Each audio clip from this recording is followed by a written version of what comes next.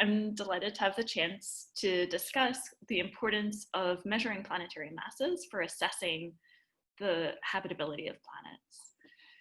Now, we're all familiar with the concept of a habitable zone, which is the distance, the range of orbital separations from a star within which a planet with an Earth-like atmosphere would have a chance of supporting a liquid water ocean on its surface. Now, this is a really handy, practical concept for providing a target for our observations.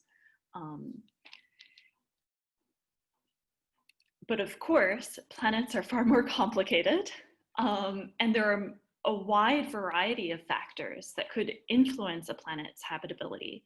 And so this is shown in this confusogram by Meadows and Barnes, where they've kind of outlined in this amazing web kind of the vast array of properties that could influence a planet's habitability. In this case, with the habitability defined less from the observational practical perspective, but rather the potential ability of a planet to host life. And so the colors of all these various properties categorize them in terms of how directly observable are they. So the blue properties are kind of directly constrainable by observations. Potentially, some of these are constrainable today, and some of them potentially in the future with future observations. Green are properties of the planets that they identified as, though being informed by observations, also that would necessarily rely on some degree of modeling to provide constraints. And then the orange properties, such as the atmospheric evolution, the possibility of plate tectonics, the thermal evolution within the planet's interior, are properties that'll likely be theoretically inferred from modeling. And so, given this vast complexity of planetary bodies and this vast array of properties, that will inform the habitability of planets, essentially we'll ultimately want to gather as much information and observable properties on any habitable planet candidate that we can. But I've outlined some key areas where planetary mass makes a very specific impact. Before getting to that, it's probably good to set the stage of how we can expect to observationally characterize, especially the atmospheres of habitable planets in the coming years and coming decades. So for planets orbiting M-dwarf host stars, we can hope to characterize the atmospheres of habitable zone rocky planets in the near future with James Webb, and also from the ground with giant segmented mirror telescopes like the GMT, TMT, ELT. We may also, in the future, characterize habitable planets orbiting M-dwarf hosts with direct imaging, and also, as Jayne mentioned, with high resolution spectra from the ground with giant segmented mirror telescopes. Now, if we're truly interested in assessing the habitability or the prevalence of habitable planets around stars like our sun, just given the statistics of the low transit probabilities for planets in the habitable zones of sun twin stars, we really will need to rely on direct imaging. And so this is a large part of the motivation for the mission concepts HabEx and LUVOIR to try to directly image habitable zone planets surrounding sun-like stars from space. And I think later talks in this session will touch upon this in greater depth. Okay, so how will mass come in to assessing the habitability of planets. So first, mass is crucial for constraining planet compositions, and especially for trying to distinguish between terrestrial planets, water worlds, and mini Neptunes. And I think Courtney Dressing will probably talk a bit more about this in the context of transiting planets in the next presentation. As Natasha mentioned in her presentation, mass is also important, especially for small planets with that could have a variety of atmospheric compositions. Mass is especially important for constraining the planetary surface gravity to enable precise and accurate retrieval of atmospheric properties from atmospheric spectra. Further, mass is an important factor because it's in assessing whether or not a planet can retain an atmosphere.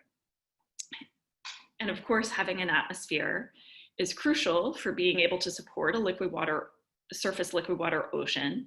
But you also don't want to retain too much of an atmosphere, like the gas giants in our solar system, because that would also be bad for habitability.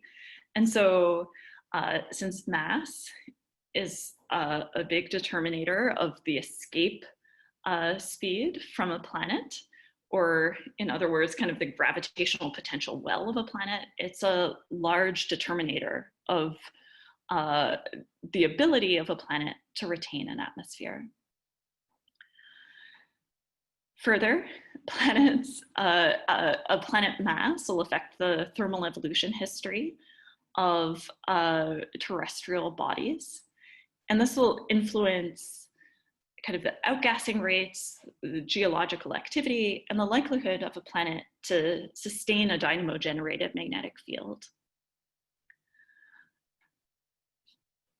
Now, it's not just the mass of the potentially habitable planet itself that's of interest, but also the masses of other planets in the system. So the delivery of volatiles to the Earth was heavily influenced by the orbits, masses, and migration histories of the gas giants in our solar system. And so we can anticipate that kind of any habitable exoplanet surrounding another star will also be influenced by the broader context of its planetary system. And finally, although this is a bit of a glib response, it would be difficult for us to claim that we really know a planet without knowing its mass. And so another kind of more philosophical motivation for measuring the planets of the masses of potentially habitable planets is that mass is just one of the most fundamental properties of any astrophysical body. If you were to reduce any astrophysical body down to a single number, it would likely be its mass. And so even just from that standpoint, it's clearly a crucial parameter to know, and worth all the detailed effort that the EPRV community is putting in to make detailed measurements. So thanks. Okay, Leslie, that's great. Thank you so much. And I do urge people to see your full talk online, which really goes into a lot of detail about many of these topics. So thank you. What I'd like to do now is ask, there's one question that maybe I'll pose to you right away, and then we'll have Natasha come back on and maybe give a few minutes of additional thoughts she had. But one question that you raised, which is about the importance of mass in understanding whether a planet might have a magnetic field.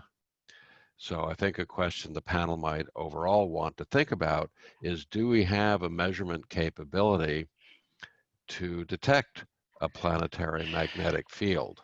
And why might that be important? So Leslie, you want to kick off a response to that? Then others are welcome to chime in. Sure.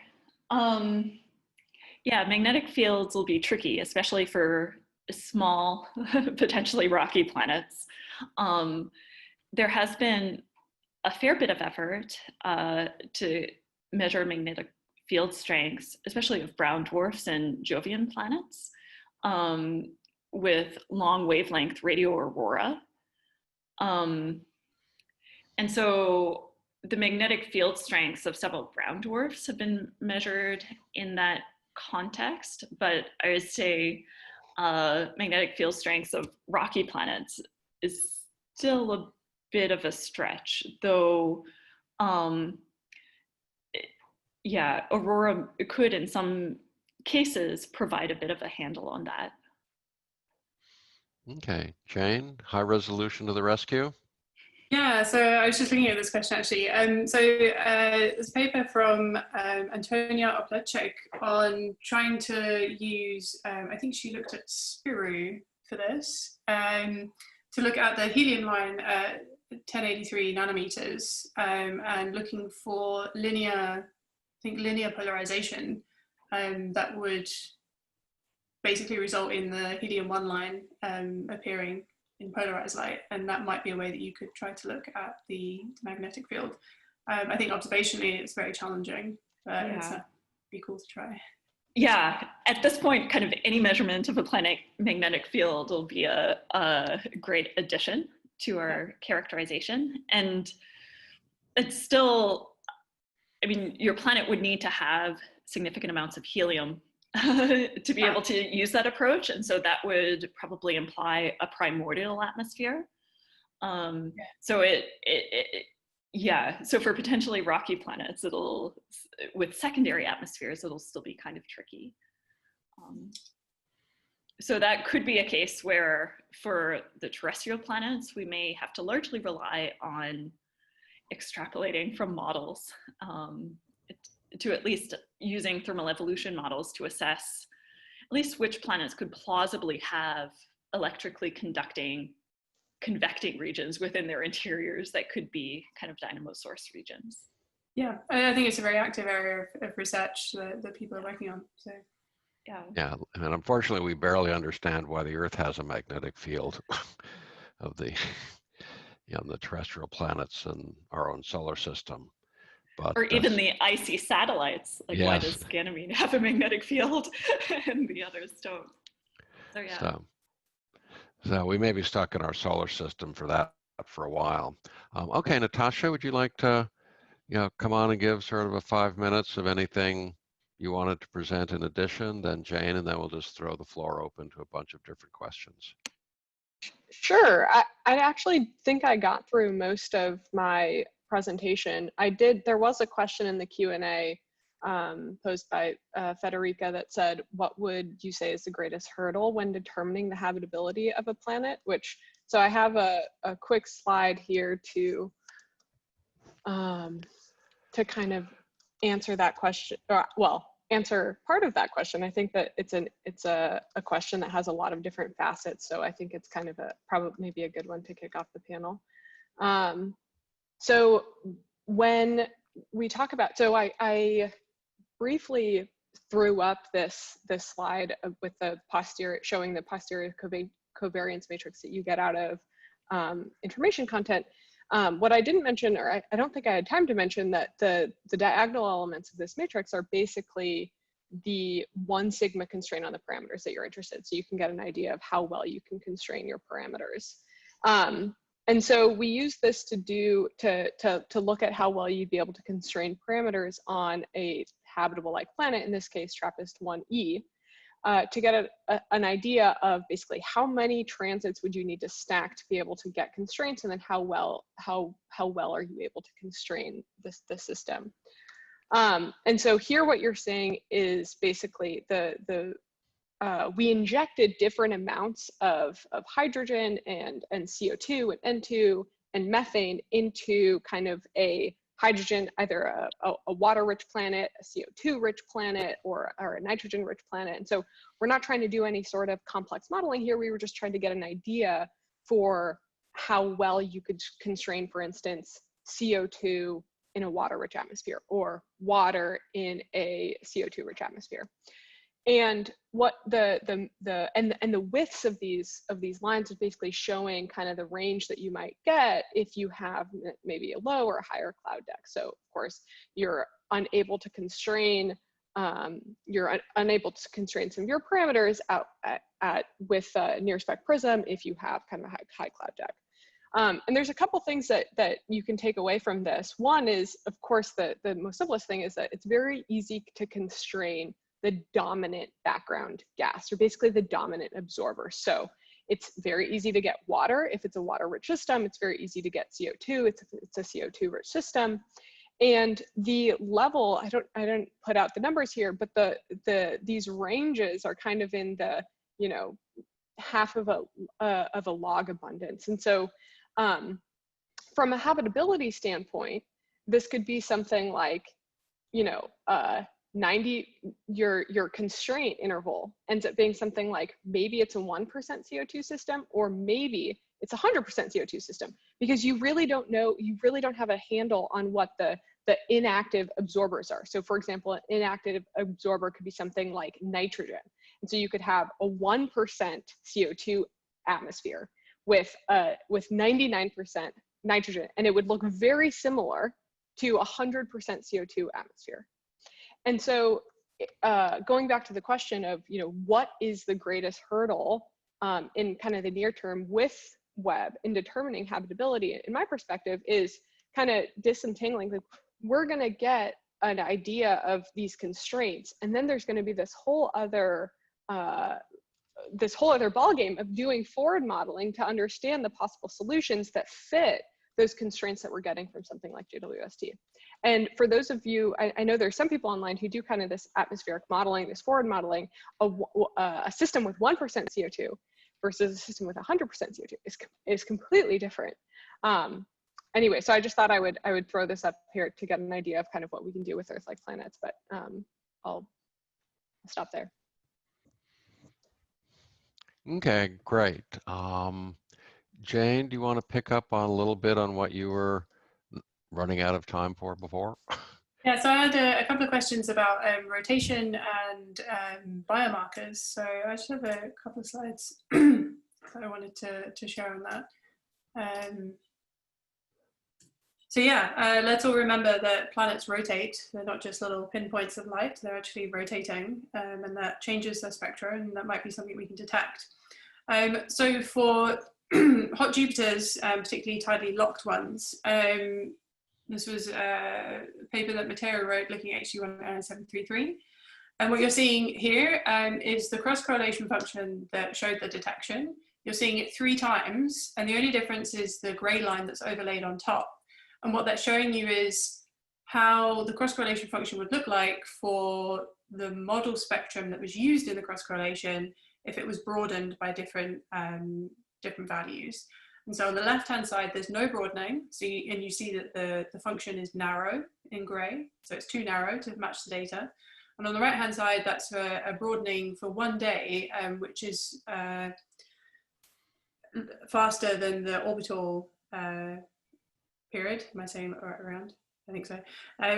So it's too fast. And there you actually start to see the splitting of the spectral lines. It's actually very more rapidly spinning. And so in the middle, you see that sort of just right. And so in bold, you can see the rotation period for that was about 1.7 days, but within the error bar, it is consistent with the orbital period of 2.2 days, and different from what we would expect if it was freely rotating and not tidally locked. So it sort of seems consistent, at least with tidal locking. And hopefully you can also see that the center of that CCF is actually offset slightly from this red line. And that's actually a blue shift in the total measurement. And that was interpreted as due to being a wind blowing from the irradiated day side through the limb and around to the night side, and actually resulting in a net blue shift. So not only can you look at the rotation, you can also look at the wind speeds. And this has been confirmed by other studies. So what I showed you was with CRIRES in the infrared, but this has also been observed in the optical using, I think it was HARPS data, by Tom Loudon and Peter Wheatley. And they actually showed that the jet that's rotating in the atmosphere is going eastward.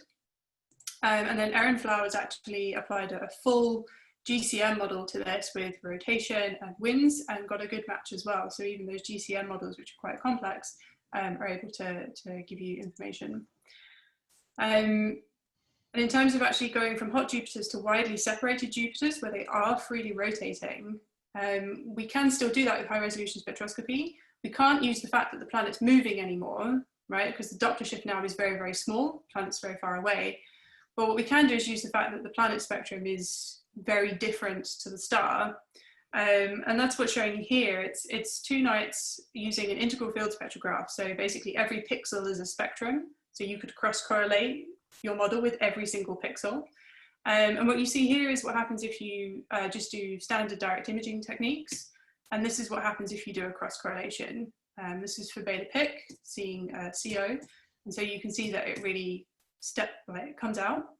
And because you have a freely rotating thing, you can actually then look at the broadening of the cross-correlation function and use that to see what the rotation is.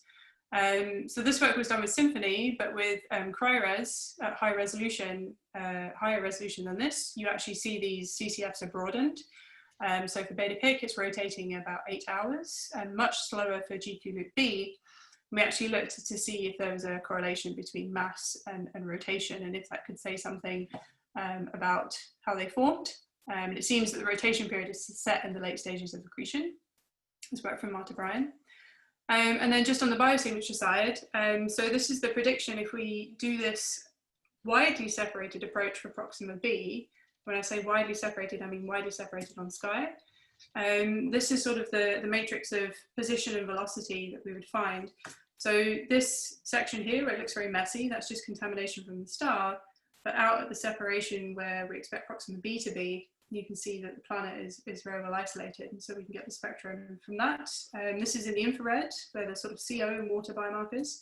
But actually, if we go into the optical, where there are several instruments, we'll also reach this O2 biomarker as well. We can't really go beyond 5 microns from the ground, the background gets too bright, but hopefully there are different instruments that we can use that I show here that we can do that with. And that will take somewhere between 40 and 100 hours on the ELTs. And then the final thing I wanted to show is that we've talked about star spots and things this week. And I want you to remember that planets have features too. There's a great red spot on Jupiter, they do things. So as the planet is rotating, some of these features are rotating in and out of view, and that changes the line profile of the spectrum. That's what you're seeing along here, and it's pretty much exactly the same as you would trace out a star spot, changing the line profile. So if we can do this for the planets, by actually getting their spectrum directly, we can maybe create a map. And this work has been done on a brown dwarf. It's from Ian Crosfield and Beth Biller. So they did that for a brown dwarf, an isolated one. But we hope that we can do that with ELTs for something like beta-PIC as well. So I'll leave it there, but just gives you an idea of the other things that you can do with it.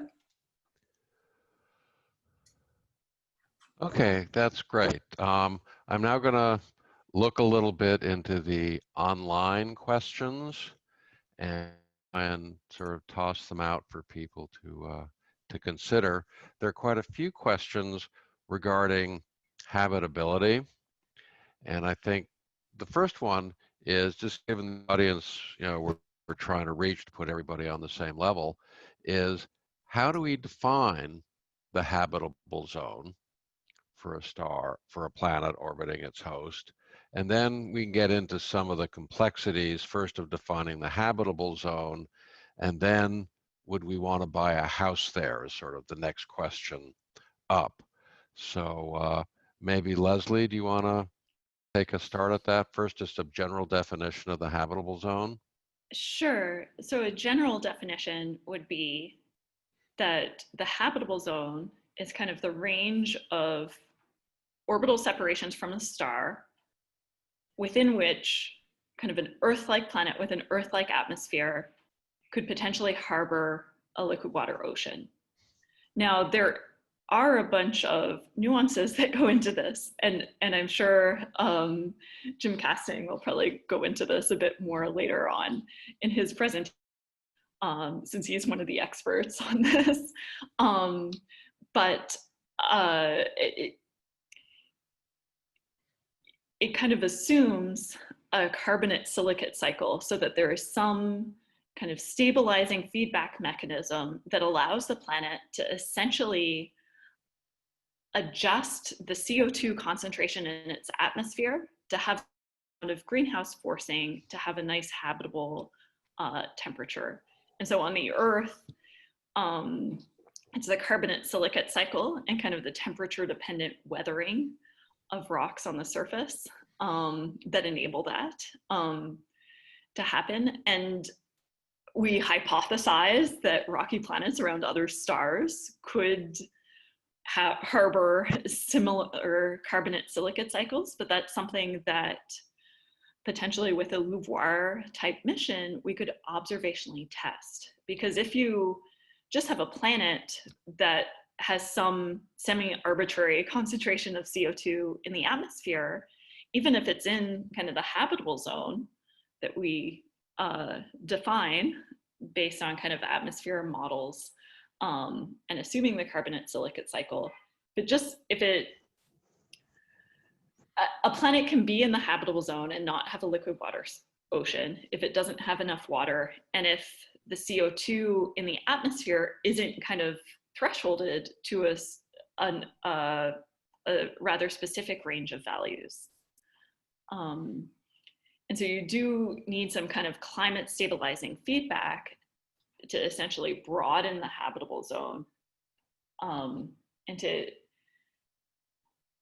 enable kind of a wider range of orbital separations from the star to be potentially habitable. I realize that's probably, on the face of it, it's a relatively simple concept, but when you dig into the details, there is actually a lot of complexity, and the precise boundaries of the habitable zone can be defined in multiple different ways. I mean, you could say rather simply, if you're too close to the star, you'll undergo some sort of a runaway greenhouse and potentially lose all your any liquid water ocean or water in the atmosphere that you could have. Whereas if you're too far from the star, any potential liquid water oceans would freeze because your surface temperature would be too cold. But the nuances of what exactly defines those boundaries is an ongoing area of research, and people are making more and more detailed models to assess how dependent those boundaries are on kind of various properties of the planet and 3D with 3D general circulation models. And so yeah, so on the surface, you can define it pretty simply, but when you dig into the details, those boundaries become a little fuzzy and are dependent on kind of properties of the planets that we won't necessarily know a priori. Okay, Jayne, anything you want to add to that? Yeah, I think also factoring in what the host stars are doing is going to be really interesting to figure out and even just survey, like, you know, ultimately in the future, we'll be looking at all of these terrestrial planets, and hopefully we'll start to see, or maybe start to see, differences between terrestrial planets and their atmospheres for those that orbit M dwarfs than those that orbit solar type stars or even bigger stars. And particularly for the M dwarfs, the UV light that comes into the planet, you know, for us it's very damaging. It can destroy our DNA, but some work from Sukrit Ranjan that shows that you need that UV light for the prebiotic chemistry to sort of get life going. And I guess Jim will talk more about that later as well. But yeah, certainly keeping in mind the host stars as well. Yeah, Natasha? Yeah, just to add, I have just to give people context to, like, you know, hold on one sec, to this question of, you know, how do you take the concept of a habitable zone and then turn it into, you know, can we go stick our, you know, vacation home there? For in the near term with Webb, I just quickly threw up this you know, shaded region to show what, like, plus or minus 50 ppm. This is what I was talking about with injecting various amounts. So this is like a hydrogen rich model with, like, you know, different 1% CO2, 0.01%, and then 0.0001%. And what Leslie was talking about with, you know, it's really important to figure out, you know, to assess habitability. One of the things that she pointed out is that the concept of the habitable zone is based off kind of this, like, Earth-like atmosphere. And so you can see just this shaded region that I just stuck up here is approximate error bars that we might get with something like Webb. And so you can see immediately how difficult it's going to be to hone in on the difference between 1% CO2 concentration and a 0.01% and then 0.001%. And those three different scenarios are incredibly important for assessing habitability, for assessing if something is, you know, actually habitable, apart from whether or not it's just existing in the habitable zone. And so doing more rigorous forward modeling to actually determine if something could be potentially habitable with kind of these initial concentrations is going to be super important, and it's going to be very challenging. Okay, let's take a look at some other questions. One is, we've talked quite a lot about habitability, but of course we'd like to move up from is some planet habitable to actually making a more positive statement that this planet actually is inhabited, at least by, you know, some form of pond scum or, you know, something. And that, of course, is the focus of some of the future missions that we'll hear about a little bit later on, HabEx, LUVOIR, and OST. So any thoughts on how the different techniques we've talked about and how EPRV relates to the question of, is this planet that we've just taken a spectrum of inhabited by some form of at least primitive life? Who wants to be the brave person to kick that off? Leslie, you're brave. Okay, sure. Yeah, first let me start by saying Sarah Walker has a really nice review on this. So I encourage anyone interested in this question in depth to dive into that. And one thing just to acknowledge from the get-go is that aside from perhaps technosignatures and SETI, any kind of biosignature or molecule in a planet's atmosphere that could be produced by life in significant quantities will likely also have some sort of geological false positive. So likely the situation we'll be in if we detect kind of a biomarker will be that we'll be making some sort of probabilistic statement about how plausible it is that kind of this, say, oxygen or ozone in a planet's atmosphere is produced by life versus how plausible is it that it's kind of biologically or geologically produced. So part of the question might be then, at what level of confidence do we need to have a kind of front page headline on the New York Times saying that life is detected? And that's probably a question that the field as a whole needs to wrestle with. I think this is also a very active area of research to assess and catalog the various biosignatures, their spectra, and kind of in what contexts could they be interpreted as biomarkers, and in what contexts might they be false positives. Perhaps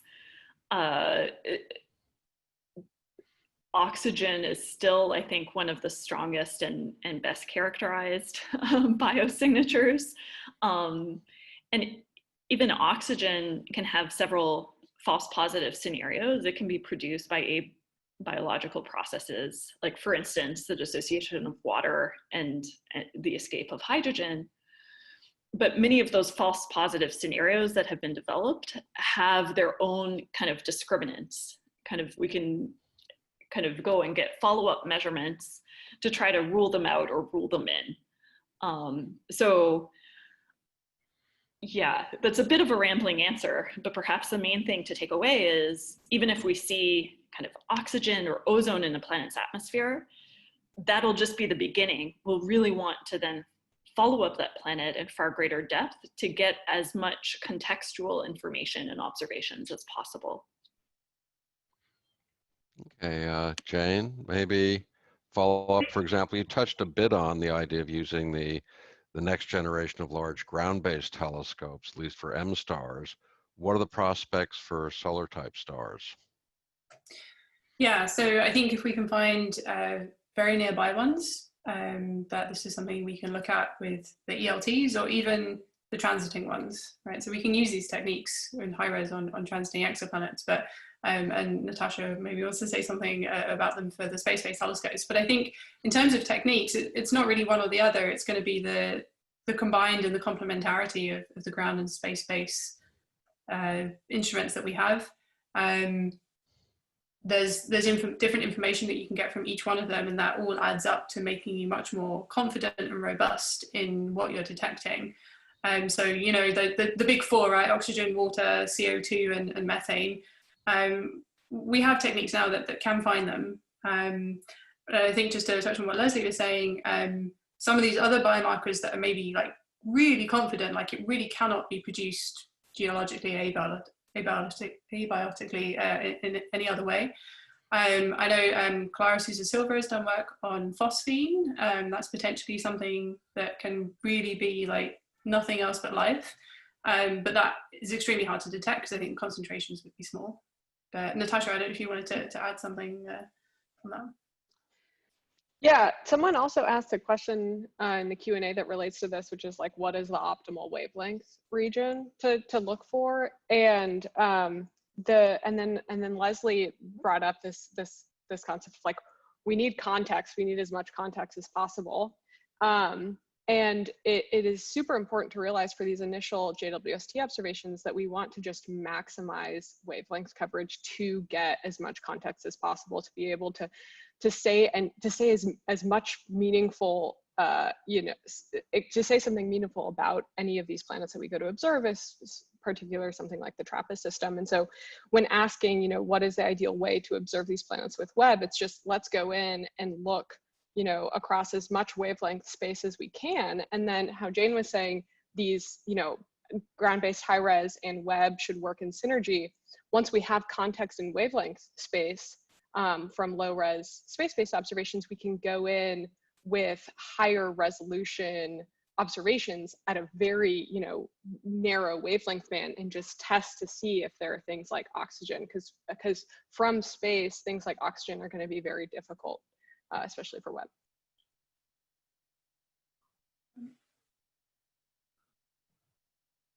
Okay, let's go in a slightly different direction from that.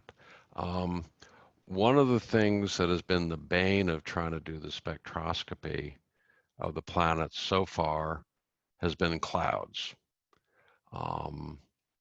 You know, we saw that, you know, for 1214, we have just flat spectra. What do you think about the prospects for as we go to longer wavelengths, which is now really just become possible with JW or moving some of the ground-based techniques out into the L&M bands? You know, what do we think about the potential for increased transparency at the longer wavelengths or whatever? Jayne, have you thought about that at all? I have, but I think I might let Natasha answer first because she's probably done more on this. No, I'll just say that, you know, clouds are not gray. Clouds are not gray and flat like we model them in transmission, and we can get away with that with low res HST observations because we're looking at the super narrow wavelength region at very low resolution. And so, but for JWST, we're going to higher resolution and higher wavelength region or longer wavelength regions. And so we won't be able to model clouds with JWST like we're doing for HST. It just won't be possible. And clouds are not just gray flat absorbers across infinite wavelength space. It's just not how it works. And so at some level, we are going to be able to see through the cloud deck. And so observations with JWST are going to be more fruitful than what we've seen with HST.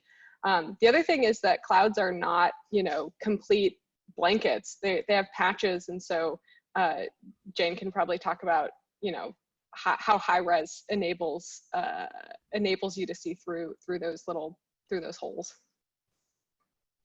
Yeah, so I showed this very briefly that we can see above the cloud deck, right? So we can still see any residual lines that are left.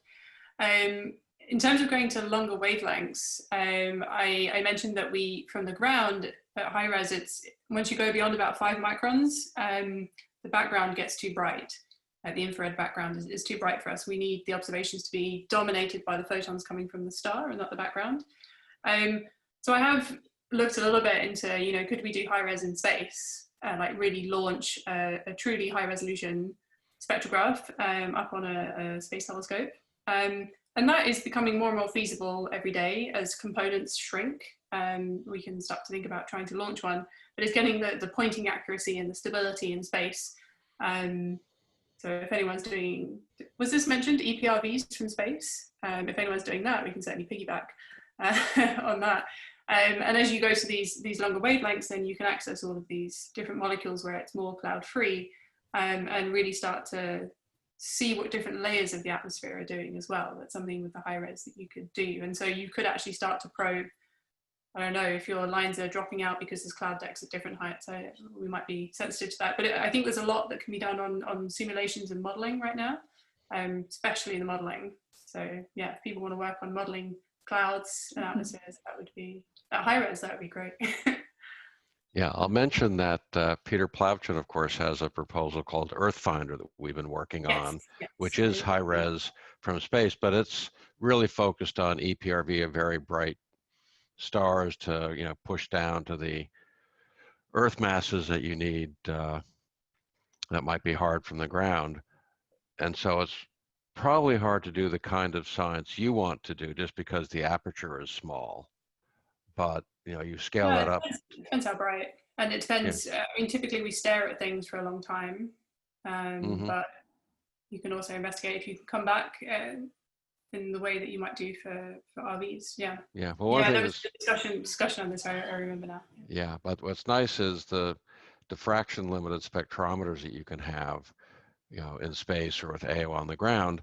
The same spectrometer can work on a 1 meter telescope or a 30 meter telescope with no change in size of the instrument. So that part's nice. So Courtney, if you'll let us put a high resolution spectrometer onto LUVOIR, we'll go ahead and, Jayne will actually propose for things to do on LUVOIR. So I think that brings us to the end of the session.